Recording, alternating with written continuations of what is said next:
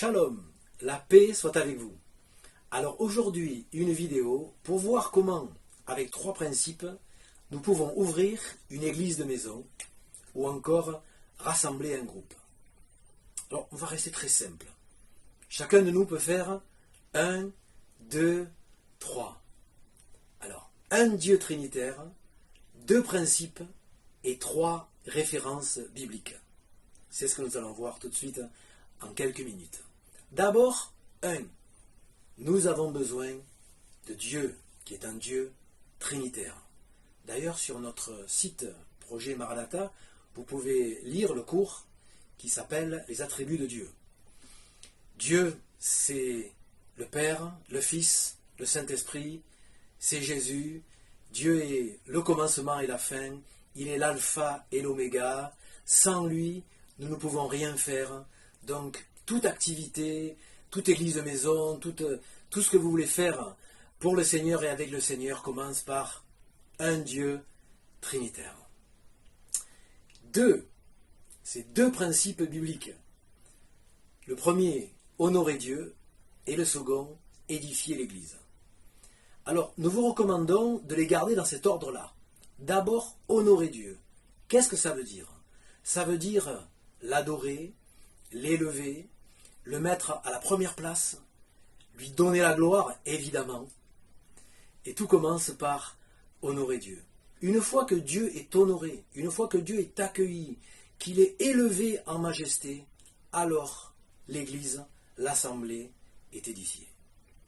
Comme nous l'avons dit dans des vidéos précédentes, lorsque nous parlons de l'Église, édifier l'Église, évidemment il s'agit d'hommes, de femmes et d'enfants qui confessent Jésus comme le Fils du Dieu vivant. Ce sont des pierres vivantes. Voilà. Lorsque Dieu est élevé, sa présence bâtit l'Église. Ce sont les relations verticales entre Dieu et les croyants qui vont impacter les relations horizontales entre les croyants eux-mêmes. Donc, premièrement, honorer Dieu. C'est ce qui est le plus important. Et cela nous interpelle parce que nous avons eu l'occasion d'ouvrir certaines églises de maison et d'avoir parfois des objectifs qui en soi ne sont pas mauvais, mais ne sont pas dans le bon ordre. Je me souviens par exemple d'avoir entendu moi je viens dans une église, dans un rassemblement, parce que surtout je veux développer l'intimité avec mes frères et sœurs. D'autres ont dit moi j'ai des problèmes, j'ai des besoins et je veux qu'on s'occupe de mes besoins, etc., etc. Ces objectifs ne sont pas mauvais en soi. Mais c'est un peu le problème que nous avons eu en Occident depuis 40, 50 ans.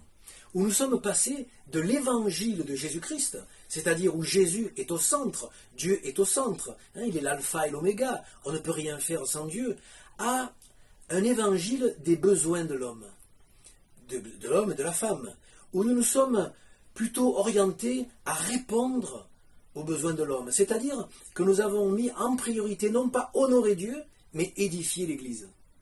Et en fait, qu'est-ce qui s'est passé? Ça m'est arrivé, ça a dû arriver sûrement à un certain nombre d'entre vous.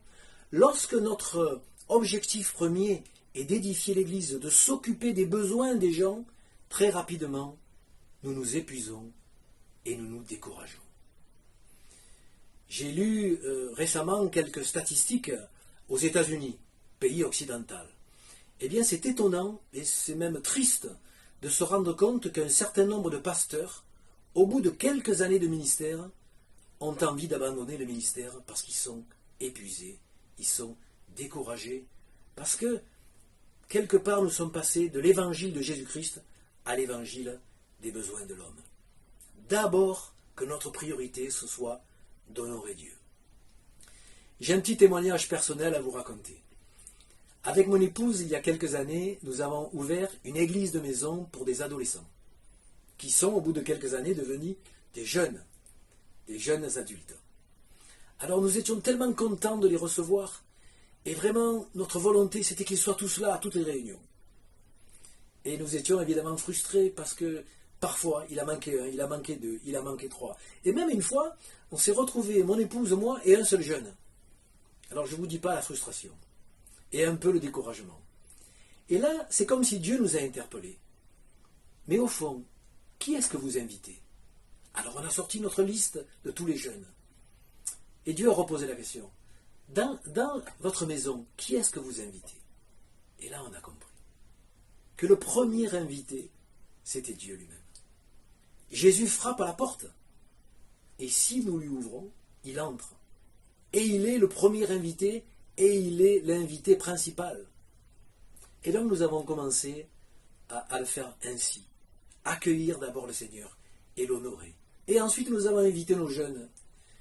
En fait, ils venaient, parfois tous, parfois il en manquait un ou deux. Mais nous n'avons plus jamais connu cette frustration. Un tel n'est pas là, ah pourquoi un tel n'est pas là?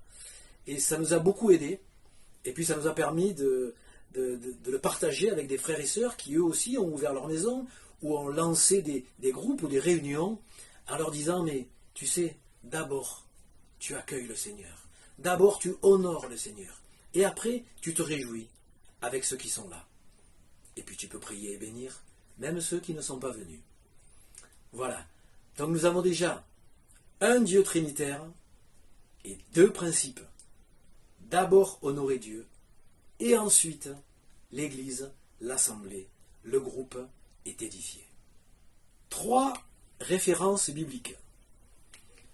Matthieu 16, 18, dont nous avons déjà parlé dans des vidéos précédentes, Matthieu 18, 20 et 1 Corinthiens 14, 26.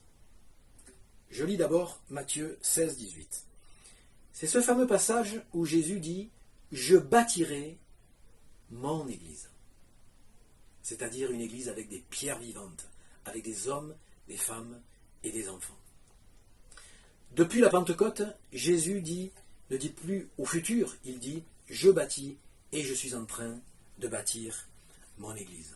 Et il bâtit son Église à partir de pierres vivantes qui confessent qu'il est le Christ, le Fils du Dieu vivant.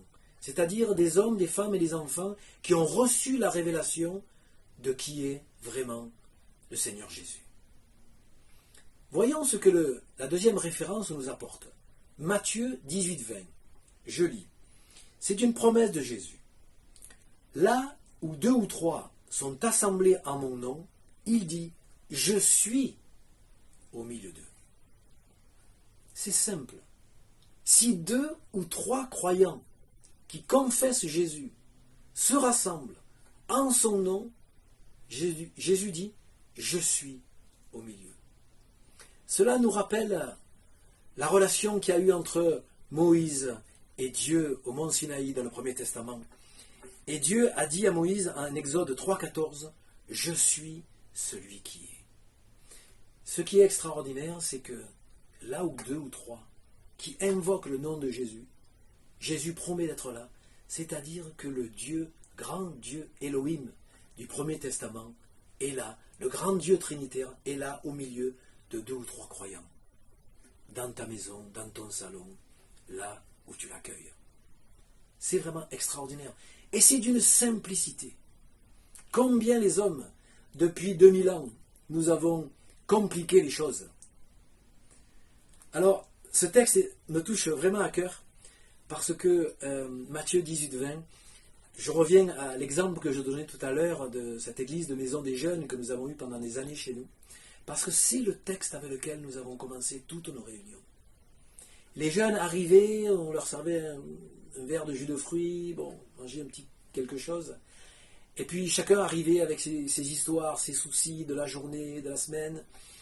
Et en fait, on prenait toujours le temps de se dire, mais qu'est-ce qui est important? Honorer Dieu, évidemment.